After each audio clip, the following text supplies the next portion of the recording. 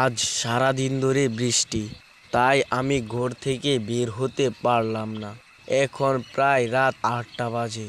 আমি এখন ঘর থেকে বের হয়েছি। আমি ভাবলাম এখন কাজল কাকার দোকানে যেয়ে এক কাপ চা খেলে শরীরটা অনেক ভালো লাগবে। যেই বাবা সেই কাজ। আমি বের হয়ে পড়লাম কাজল কাকার দোকানে যাওয়ার উদ্দেশ্যে। চারপাশ ঝিঁঝি পোকা আর ভেঙের ডাক। রাস্তার মধ্যে দিয়ে আমি একা একা হেঁটে যাচ্ছি।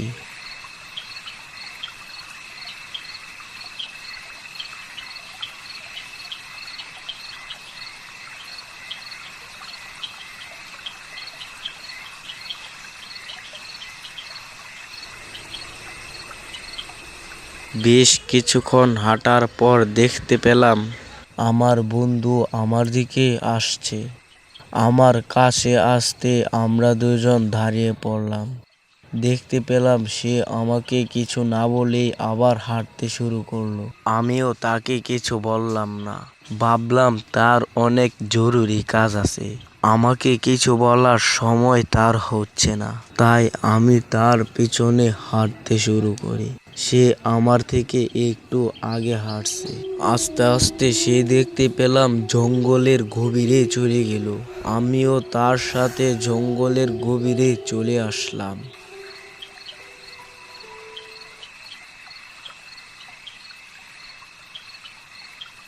বেশ কিছুক্ষণ হাঁটার পর আমার বন্ধু দেখতে পেলাম দাঁড়িয়ে গেল।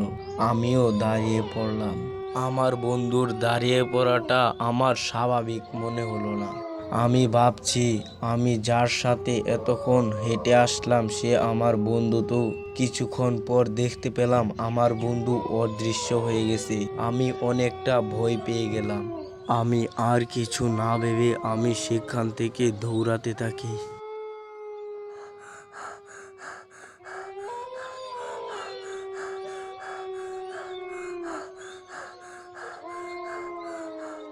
আমি সে সময় কি করব আমি কিছুই বুঝতে পারছি না। আমি এক জায়গার মধ্যে দাঁড়িয়ে গেলাম। তারপর বুঝতে পারলাম আমার পিছনে কে যেন শ্বাস ফেলছে।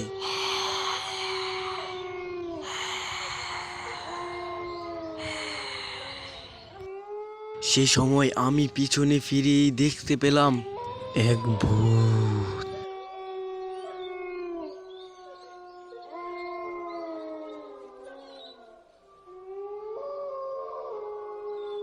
তার কি কুৎসিত চেহারা, দুটো চোখ জল জল করছে। আমি সেখান থেকে দৌড়াতে থাকি। আমি সেখান থেকে দৌড়ে পালিয়ে আসি। তারপর এ যাত্রায় আমি বেঁচে গেলাম। একই গ্রামে শ্রাবণ আর সুজীব দুই ভাই বসবাস করত। সুজীব গুপ্তধনের খোঁজ পেয়ে তার বড় ভাইয়ের কাছে ছুটে যাচ্ছে। শ্রাবণ ভাই, বাড়িতে আসো নাকি? আসি ভাই, কি হয়েছে? মাঠের ওই গাছতলার নিচে গুপ্তধন লুকানো আছে। বলিস কি রে ভাই, ওই গাছতলার নিচে গুপ্তধন লুকানো আছে? তুই কি সত্যি বলছিস নাকি আমার সাথে ইয়ার্কি মারছিস? হ্যাঁ ভাই, আমি সত্যি কথা বলছি। বিশ্বাস না হলে তুমি দেখে আসতে পারো। না না না না, এখন যাওয়া যাবে না। রাত্রির বেলা আমি একা একা যাব। যদি এখন যাই তারে আমার গুপ্তধনের ভাগ দেওয়া লাগবে। ওকে কিছু একটা বলে বাড়িতে পাঠিয়ে দিই। এই সজীব, তুমি বাড়িতে চলে যাও। গুপ্তধন এখন আনবো না, কালকা সকালে গুপ্তধন আনবো। আমি নিজে গিয়ে তোমারে বাড়ি থেকে ডেকে আনবো। না না না না, বড় ভাইয়ের মতলবটা তো ভালো ঠেকছে না। নিশ্চয়ই তার মনে লোভ আছে। আচ্ছা যাই হোক, এখন আমি বাড়ি চলে যাই। বড় ভাইয়ের উপর আমার বিশ্বাস আছে। আচ্ছা ভাই, আমি এখন বাড়ি চলে যাই। এই বোকাটাকে কিছু একটা বলে বাড়িতে পাঠিয়ে দিলাম। এই গুপ্তধন আমার হবে। আমি রাতের বেলা একা একা গিয়ে গুপ্তধন নিয়ে আসবো।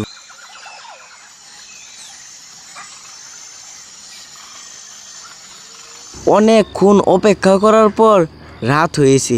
যাই, এখন গিয়ে আমি মাঠের ওই পার থেকে গুপ্তধনটা নিয়ে আসি।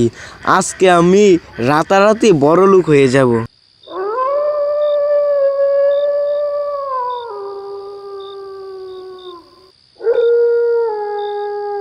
সুজীব তো আমার এ জায়গাটার কথাই বললো। এ জায়গায়তে কিন্তু গুপ্তধন নাই। তাহলে কি মাটির নিচে গুপ্তধন আছে? আমি তো কিছুই বুঝতে পারছি না। কে রে, আমার গুপ্তধন নিতে এসেছিস? তোকে আমি ধ্বংস করে ছাড়বো। এই গুপ্তধন আমি বেঁচে থাকতে আমার ছিল, এখনো আমারই থাকবে।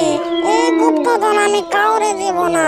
এই গুপ্তধন তুই নিলে তোর ঘাড় মুটকে দেব। জীবনের মনে হয় বড় ভুল করে ফেলেছি। আমি এখন কি যে করব?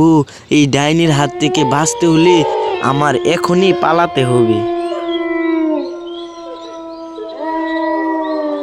আমার এখানে যে এসেছে তারই মৃত্যু হয়েছে। তুই পালিয়ে ছাড় পাবি না। তোকে আমি যেমনি হোক মেরে দেব।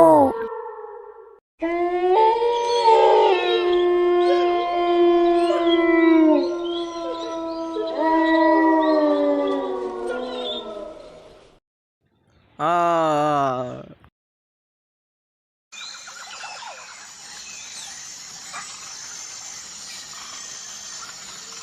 কিরে, বড় ভাইয়ের এ কি অবস্থা হলো? ও মনে হয় একলা একলা গিয়ে গুপ্তধন আনতে চেয়েছিল। মাঠের ওই গাছের ডাইনিটা মনে হয় ভাইয়ের ক্ষতি করে দিয়েছে। ভাই, তুমি লোভ করেছো, তাই তোমার লোভের ফল পেয়েছো। কথা আছে না, লোভে পাপ, পাপে মৃত্যু। তাই এখন ভাইয়ের লাশটা গোসল করিয়ে কবর দিতে হবে। আমি এখন যে গ্রামের লোকজনকে ডেকে আনছি।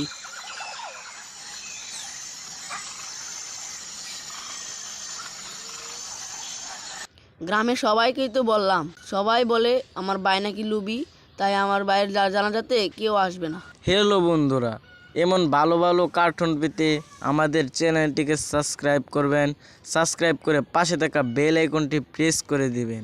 যে এই গাছতলার গুপ্তধনের লোভ করেছে তারই মৃত্যু হয়েছে। দিনের পর দিন বহু মানুষের মৃত্যু হয়েছে।